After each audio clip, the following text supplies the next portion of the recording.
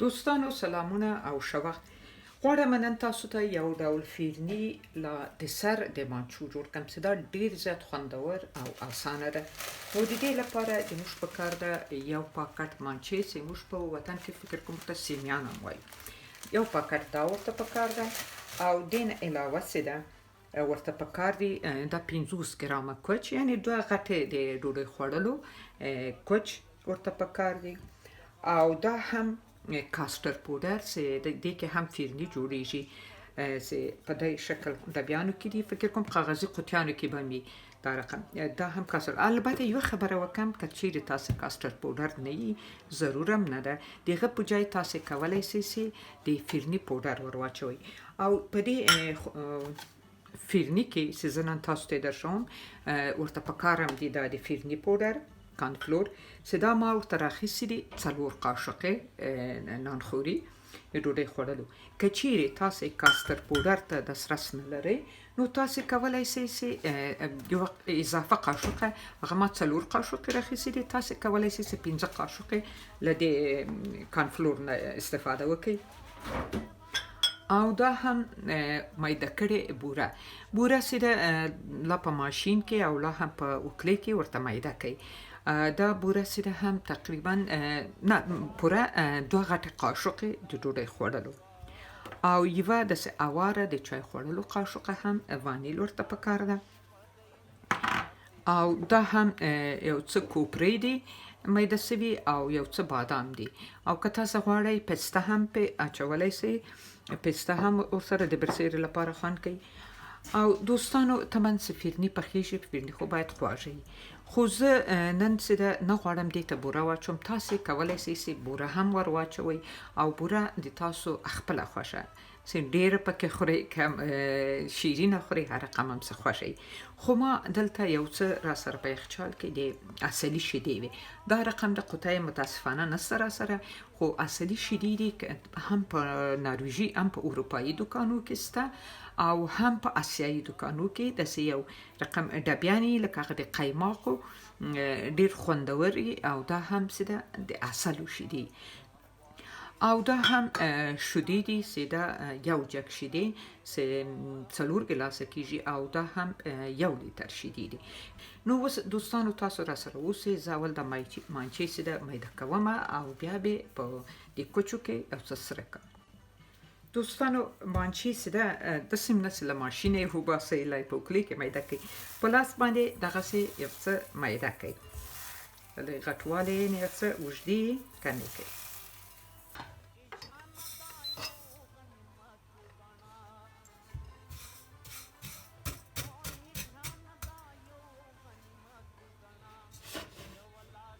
ملقل چې لږ څه ګرم سي بیا به اور لږ څه ټیټوم، داسې لږ څه په ملایم اور باندې تاسې سره کوئ. او دا هم اوس کوچ ور اچوم.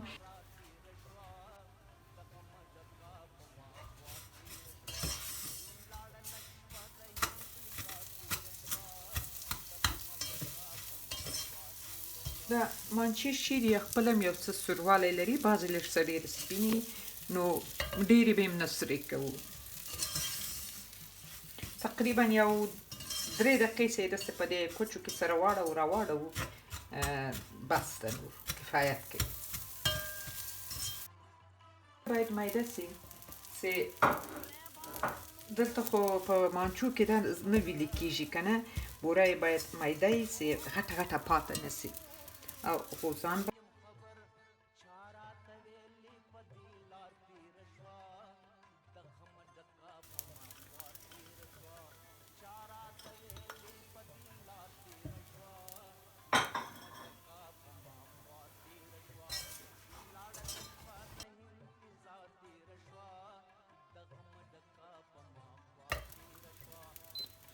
چون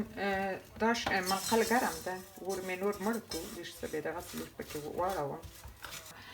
غوزان ضرور هم نه دي، که چیرې تاسو نه غواړئ له څوکو سره الرژي لري له نه غواړئ چې وایخلئ هم کولی. دوستانو اوس دې ظرف کې به مانچې چې مې واچولې نیمایي داسې به په لاس باندې فشار پرې ورکومه چې سمې جای په جای سي یا ورنګ سي او داسې ټیټو پورته کوم جای نه سي په دې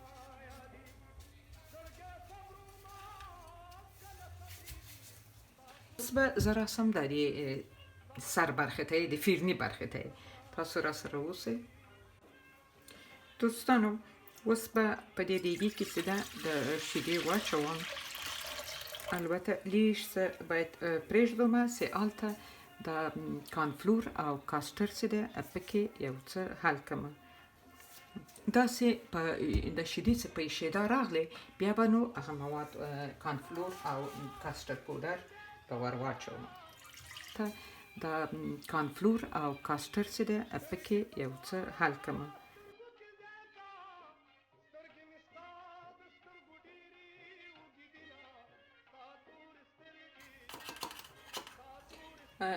فکر مې چې وانیل چې ده ډکه قاشقه نه ده د چای خوړلو داسې لږ څه هواره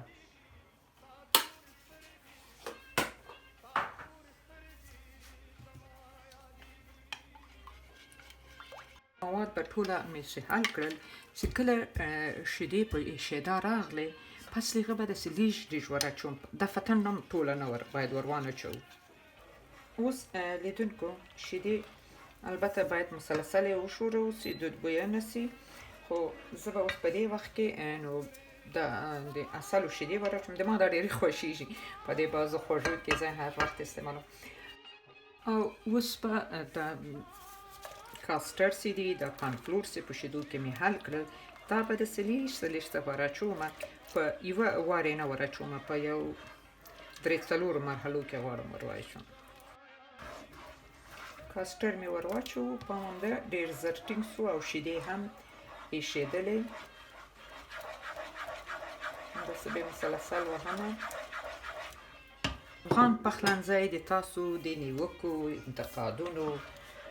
نظرونو او سبسکرایب او لایکونو په هیله ده او فرمایشونو چې تاسې څه رقم خواړه څه رقم خواږه څه رقم ترخه هر رقم ډوډۍ که خارجي که داخلي افغاني هر رقم څه غواړئ زه تاسو ته طریقه دلته درشم د شیشه‌ای لوښي کې زه دې لپاره وایم چې لاندې ګورئ تاسې چې بیخ کې هغه مانچې یې ښکاره سي د دې په خاطر اوس به ورپسې دغه پاته مانچې چې دي د سیمیان دا به اوس په سر باندې بیا ور واچوم دوستانو دا د سر تاسې ولیده تیار سو دا وګورئ نیمې مانچې دا د لاندې دي بیا په سر لاندې بیا یې په سر فیرني دي بیا هم په سر یې همدا مانچې دي او په سر باندې مې بعضې تاسو خپله خوښه که مغز چې ور اچوئ خوندور راځي او ښایسته هم راځي نو دا به اوس تقریبا یو 2 ساعته په یخچال کې کېږدمه وروسته له 2 ساعتو دا د سر اماده ده بیا به